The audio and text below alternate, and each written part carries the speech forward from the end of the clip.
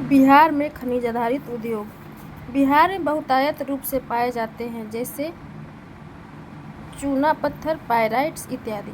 बिहार में बहुतायत रूप से कौन सा खनिज पाया जाता है? तो चूना पत्थर और पाइराइट्स। पाइराइट्स का उत्पादन एवं उपलब्धता के मामले में बिहार देश में प्रथम स्थान पर है, क्योंकि देश के 95% पाइराइट का भंडार बिहार में ही है। इस तरह बिहार स्वाभाविक रूप से देश का अग्रणी उत्पादक बन गया है। इस तरह के खनिजों की प्रचुर उपलब्धता किसी क्षेत्र में उद्योग की स्थापना के लिए अवसर प्रदान करता है। बिहार में भी कुछ ऐसे स्थान हैं जहां खनिज की प्रचुर उपलब्धता के कारण बड़े बड़े उद्योग की स्थापना की गई है। बिहार में खनिज आधारित कुछ प्रमुख उद्योगों का विवरण निम्नलिखित है। सबसे पहले हम देखते हैं सीमेंट। सीमेंट का कहाँ कहाँ उद्योग लगाया गया है? कल्याणपुर सीमेंट लिमिटेड, बंजारी, रोहतास में। हम लोग जानते हैं कि चूना पत्थर जो है सीमेंट का आवश्यक खनिज है सीमेंट बनाने के लिए, और ये पाया कहाँ जाता है पाइराइट? तो रोहतास में। तो जहाँ पाया जाएगा उसके निकट ही तो लगाया जाएगा उद्योग, तो इसीलिए सीमेंट का जो कारखाना लगाया गया है वो रोहतास में लगाया गया है, और उसका क्या नाम है? कल्याणपुर सीमेंट लिमिटेड, जो रोहतास की किस जगह पे है? तो बंजारी में है। निर्माण सीमेंट लिमिटेड, ये बिहटा पटना में है। श्री सीमेंट लिमिटेड, ये औरंगाबाद में है। यानी 3 जगह बिहार में सीमेंट का कारखाना है। रोहतास के बंजारी में कल्याणपुर सीमेंट लिमिटेड, पटना के बिहटा में निर्माण सीमेंट लिमिटेड, और औरंगाबाद में श्री सीमेंट लिमिटेड। उर्वरक, हरा भरा फर्टिलाइजर धनुक गरा सीतामढ़ी में, और श्री कृष्ण फर्टिलाइजर्स मुजफ्फरपुर में। उर्वरक के 2 कारखाने हैं, सीतामढ़ी में जो हरा भरा फर्टिलाइजर धनुक गरा में है, और मुजफ्फरपुर में Shri Krishna fertiliser. Petroleum refinery का एक कारखाना बेगूसराय के बरौनी में है, उसका नाम है इंडियन ऑयल रिफाइनरी। तो ये हम लोगों ने देखा सीमेंट जो खनिज आधारित उद्योग बिहार में कहाँ कहाँ पाए जा रहे हैं, और किस किस उद्योग के किस किस खनिज का उद्योग है। सीमेंट उद्योग, बिहार में सीमेंट बनाने के लिए आवश्यक खनिज चूना पत्थर का असीम भंडार है। चूना पत्थर कहाँ कहाँ पाए जा रहे थे? रोहतास और कैमूर में। तो बिहार में सीमेंट बनाने के लिए आवश्यक खनिज चूना पत्थर का असीम भंडार है। रोहतास की पहाड़ियों एवं कैमूर की पहाड़ियों में कच्चे माल चूना पत्थर की प्रचुर उपलब्धता के कारण रोहतास के बंजारी एवं डालमिया नगर में सीमेंट उद्योग की स्थापना की गई थी। वर्तमान में वित्तीय एवं प्रबंधन की समस्या तथा ऊर्जा की पर्याप्त उपलब्धता न होने की वजह से डालमिया नगर कारखाना बंद पड़ा हुआ है। और अभी कहाँ कहाँ है? तो रोहतास के बंजारी में, पटना के बिहटा में, और औरंगाबाद में। और बंद कौन हो गया है? तो जो डालमिया नगर में जो सीमेंट उद्योग का स्थापना किया गया था वो वर्तमान समय में बंद हो चुका है। किस वजह से?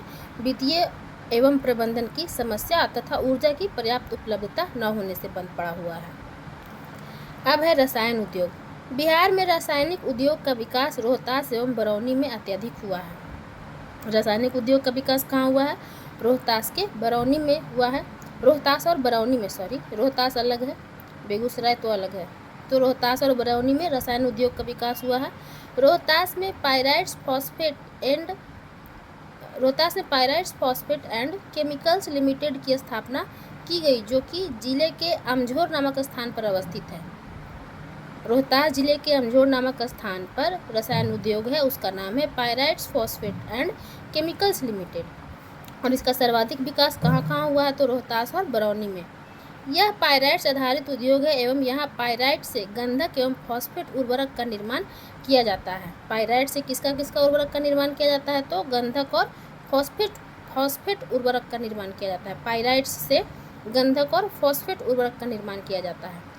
1982 में बिहार सरकार के सार्वजनिक उपक्रम के रूप में बिहार इंसेक्टिसाइड लिमिटेड की स्थापना की गई थी। 1982 में बिहार में सार्वजनिक उपक्रम के रूप में बिहार इंसेक्टिसाइड लिमिटेड की स्थापना की गई थी। इंसेक्टिसाइड वो होता है दोस्तों जो फसल में जो कीड़ा लगता है ना, तो उसको छिड़क देते हैं, उससे ही इंसेक्टिसाइड कहते हैं, और कीड़े भाग जाते हैं या मर जाते हैं।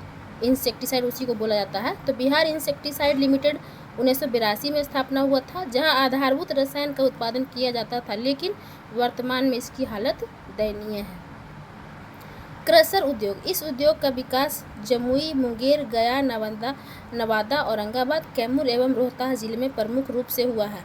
बिहार का दक्षिणी भाग पहाड़ी पठारी क्षेत्र होने के कारण इस क्षेत्र में ग्रेनाइट, नीस, सिस्ट जैसी चट्टानों की अधिकता है और इसका वृहद पैमाने पर निर्माण कार्यों में इस्तेमाल होता है।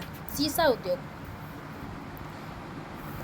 दोस्तों, क्रशर उद्योग जो होता है ना, वो बड़े बड़े जो पत्थर चट्टान होते हैं, वो एक क्रशर एक मशीन होता है, उससे क्रशर मशीन से उस बड़े बड़े पत्थर को छोटे छोटे कंकड़ और झर्री जिसको बोला जाता है, छोटी छोटी गिट्टियाँ, वो बनाया जाता है और इसी का उद्योग लगाया जाता है। तो हम जानते हैं कि बिहार का दक्षिणी भाग ही पहाड़ी पठारी इलाका है, वहीं से वो चीज़ होगा।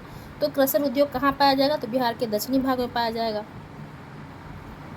और यहाँ पे कौन कौन चट्टान का अधिकता है? तो ग्रेनाइट, नीस और सिस्ट चट्टानों की अधिकता है। और यहाँ पे बृहद पैमाना पे ये उद्योग लगाया गया है। कहाँ कहाँ? जमुई, मुंगेर, गया, नवादा, औरंगाबाद, कैमूर एवं रोहतास जिले में प्रमुख रूप से हुआ है। अब है सीसा उद्योग। बिहार के दक्षिणी क्षेत्र में सीसे में प्रयुक्त होने वाले कच्चे माल की अधिकता है। पठारी क्षेत्र होने के कारण यहाँ बालू, सिलिका, चूना पत्थर इत्यादि पर्याप्त मात्रा में उपलब्ध है। फलस्वरूप सीसा उद्योग का विकास हुआ। पटना, भागलपुर और दरभंगा सीसा उद्योग के मुख्य केंद्र हैं। बिहार के दक्षिणी क्षेत्र में इस सीसे के प्रयुक्त होने वाले कच्चे माल की अधिकता है। पठारी क्षेत्र होने के कारण यहाँ बालू, सिलिका, चूना पत्थर इत्यादि पर्याप्त मात्रा में उपलब्ध है। फलस्वरूप सीसा उद्योग का विकास हुआ। बिहार का दक्षिणी क्षेत्र में बालू उपलब्ध है, सिलिका है, चूना पत्थर उपलब्ध है, इसीलिए वहाँ पे सीसा उद्योग का विकास हुआ। पटना, भागलपुर और दरभंगा सीसा उद्योग के मुख्य केंद्र हैं। कौन कौन सी जगह सीसा उद्योग के मुख्य केंद्र हैं? तो पटना, भागलपुर और दरभंगा। बिहार को खनिज से प्राप्त होने वाले राजस्व। बिहार एक कृषि प्रधान राज्य है। राज्य की अर्थव्यवस्था में कृषि की तुलना में खनिज का योगदान बहुत कम है। विभाजन से पूर्व बिहार की स्थिति खनिज के मामले में ऐसी नहीं थी, लेकिन झारखंड के अलग होने का प्रभाव राजस्व पर भी पड़ा। 2020-21 में राज्य सरकार का लक्ष्य खनिजों से 1600 करोड़ रुपए राजस्व प्राप्त करना था, लेकिन वास्तविक संग्रहण 1760 करोड़ रुपए हुआ, जो राजस्व संग्रहण के लक्ष्य से अधिक था। 2019-20 में लक्ष्य 1600 करोड़ रुपए था, जबकि वास्तविक संग्रह 1616 करोड़ रुपए हुआ। मुख्य राजस्व स्रोतों के बीच लगभग 84.9% राजस्व संग्रहण दो स्रोतों से हुआ था: बालू खनन और निर्माण विभाग। इसके अतिरिक्त राजस्व में अन्य योगदाता ईंट भट्ठे और स्टोन क्रशर आदि थे। बालू खनन के अलावा कहाँ कहाँ से राजस्व ज़्यादा मिलता है सरकार को? तो ईंट भट्ठा से और स्टोन क्रशर से।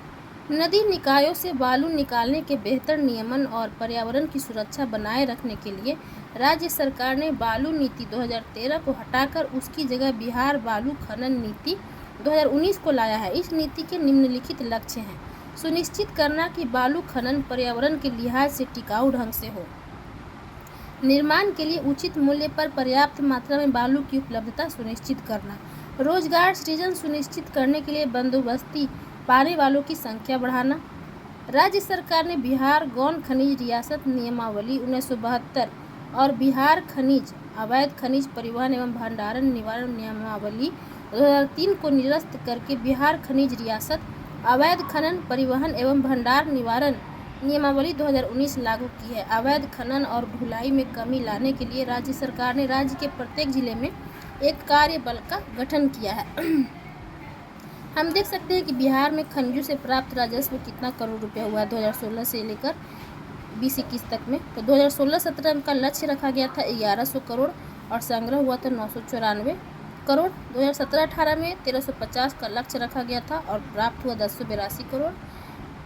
2018-19 में 1600 रखा गया था 1600 करोड़ और प्राप्त हुआ 1556 करोड़।